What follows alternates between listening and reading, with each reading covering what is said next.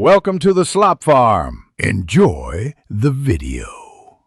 You begin by checking prerequisites because Webgl depends on both browser and GPU. First, verify your browser version and update it. Outdated builds often block Webgl. Next, enable hardware acceleration in your browser settings and restart so the change takes effect. While you're at it, update your graphics drivers. This fixes many compatibility issues. Once these basics are handled, open Canva and proceed. This prevents wasted steps later and makes the rest of the activation straightforward.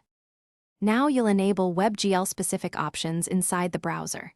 In Chrome or Chromium-based browsers, visit Chrome//flags and enable any Webgl2. 0 or related GPU rasterization flags, make sure to relaunch the browser. In Firefox, check About, Config for Webgl. Force enabled and set it true. Also grant Canva site permissions for hardware acceleration, and if using advanced features, enable cross-origin isolation headers via your server or extension. Once done, load Canva and check its performance indicator to confirm Webgl is active.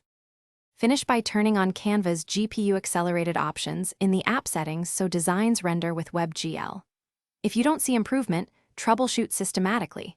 Disable browser extensions, open an incognito window, or try another supported browser to isolate the problem. Make sure your operating system's GPU settings don't force low-power modes.